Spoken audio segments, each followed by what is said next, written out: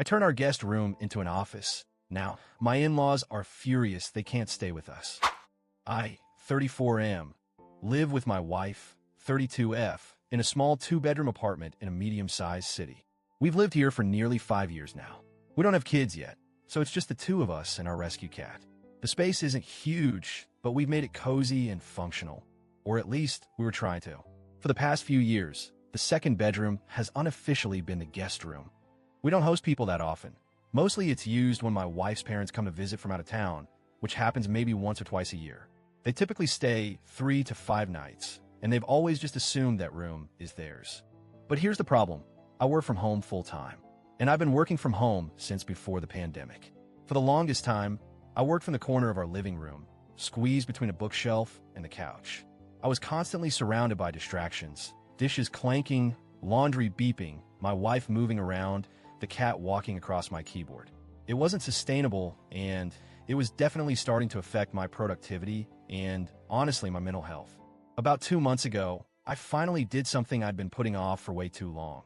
I converted the second bedroom into a proper home office.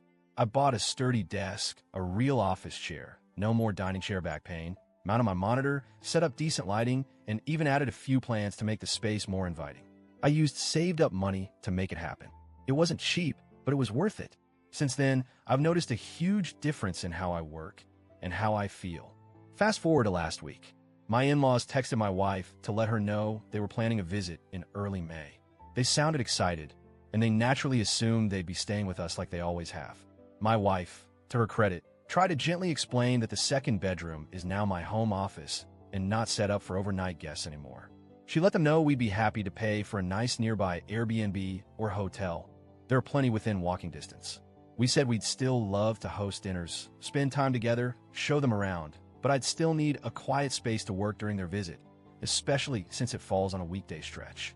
Well, it didn't go over great. Her mom made a comment like, "Oh, didn't realize we needed a reservation now to visit our daughter," and her dad asked, "Since when does a desk matter more than family?" My wife was visibly stressed after the call. I felt awful. Not because I thought we'd done something wrong, but because she was stuck in the middle. From my perspective, this wasn't about being unwelcoming. I even offered to pay for their lodging. It was just about space, practicality, and boundaries. I thought the compromise was more than fair. But now the vibe is weird. Her parents have been sending shorter than usual texts, and my wife said she feels like we broke some unspoken family rule. I never wanted to create tension. I just wanted to do my job without having to tear down my workspace and rebuild it every time someone comes over for a few days a year. So Reddit, AITA for not turning the guest room back into a guest room, even temporarily, and asking them to stay nearby instead. Update 1. I want to thank everyone who weighed in. I didn't expect so much feedback, but reading your responses gave me a ton of perspective. Some people related to the struggle of working from home in a small space. Others reminded me that boundaries, even with family, are a form of respect, not rejection. So here's what happened. My in-laws did visit, and no, they didn't stay with us. We found them a really nice Airbnb 2 blocks away. It was modern, quiet, had a kitchen, a queen bed, and even a little patio. We paid for it up front and sent them the confirmation with a friendly note. "We're so excited to see you. Here's the place we found for you. Hope you'll love it." The first 24 hours were tense. Her mom said things like, "Wow, this place is lovely. Not sure why we needed it, but lovely." Her dad made passive comments like, "Well, guess we're just guests now," or didn't expect to get kicked out of our own daughter's house. I won't lie, it stung. But I kept calm, smiled, and focused on being welcoming.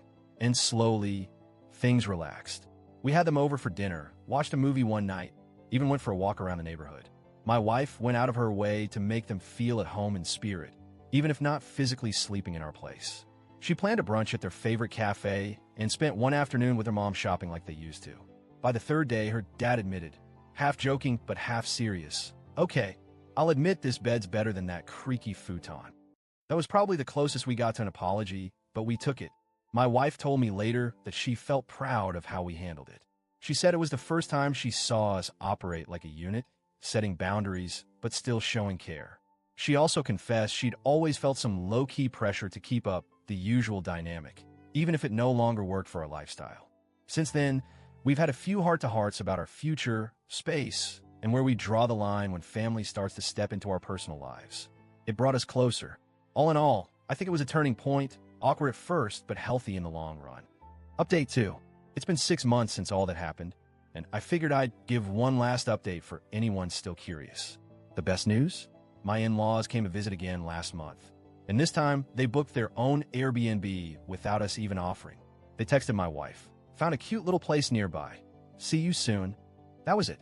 No drama, no sarcasm, no guilt tripping. During the visit, things were actually better than they've ever been. Everyone had their own space.